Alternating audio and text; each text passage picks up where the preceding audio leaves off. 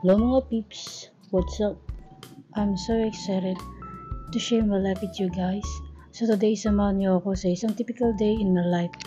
So ayun, maglilimpit muna ako ng aking hinigaan. Kasi baka ako ipapagalitan ni mother, diba?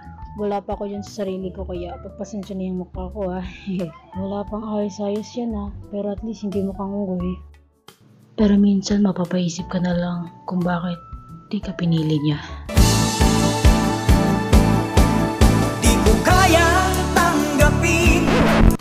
But anyway, it's okay.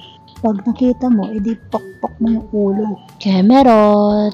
Pabayan na lang, te. Kung ayaw mo, edi wag. Or, sumbong ko na lang kay mama mo. But anyways, naubusan ako ng topic, so sasayaw na lang ako. Music please! Manayaw tang tanan, diri sa diskuhan. Dagan ka. So ayun, mag-cleaning session na naman tayo. Kasi yun lang. Pag wala talagang nagawa. So nung umakyat ako, nakita ko ito. Sobrang kalat pre. Sobrang kalat. Kainis naman. Kung kailan nga nag-record, dun naman umulan.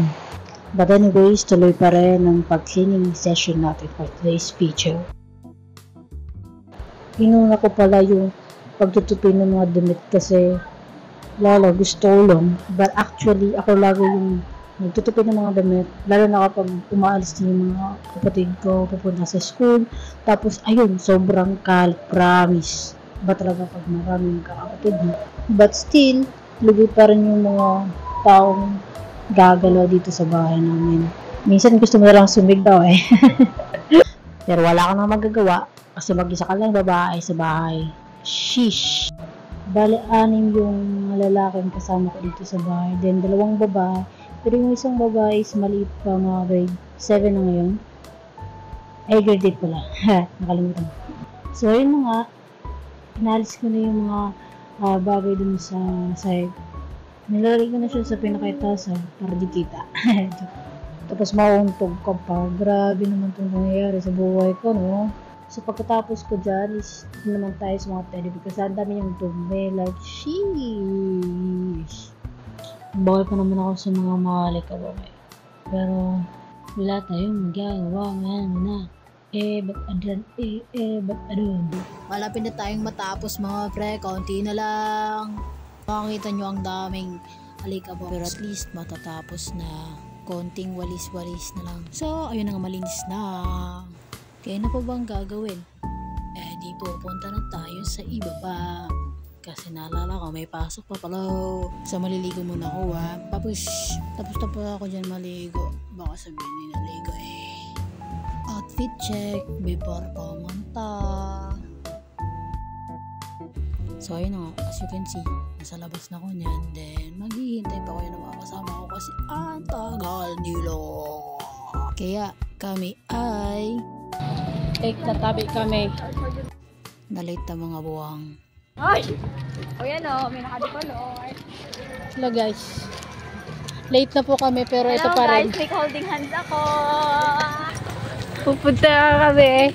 Punta po kami ngayon kasi may class po kay Sir Burden. Wow, outfit check! Outfit check!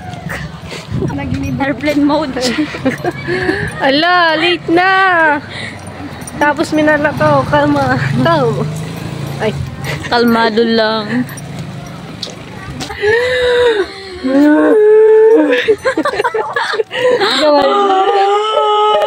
Gawin. Ready night 10:30. Ala, buli ni. Late na po kami. Nandun na tabi sa kaibahan ko. 30 room 3. Arke na mga late. Minala ka. Pati pa na si sir.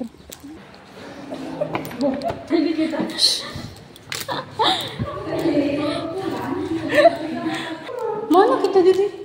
Duwang mo pa si Sabat. Hiningal kami pero wala man tao. Ganyan mas. Sabi mo? Ang picture kita in ay.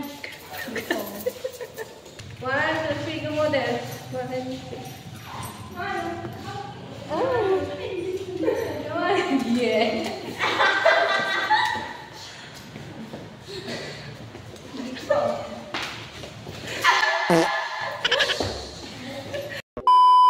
Lipatong na naman kami. A few moments later.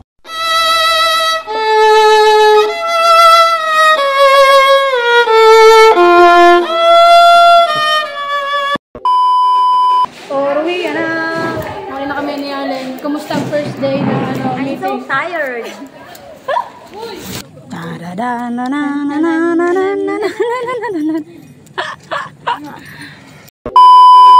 Dito na lang. Paalam. Woo!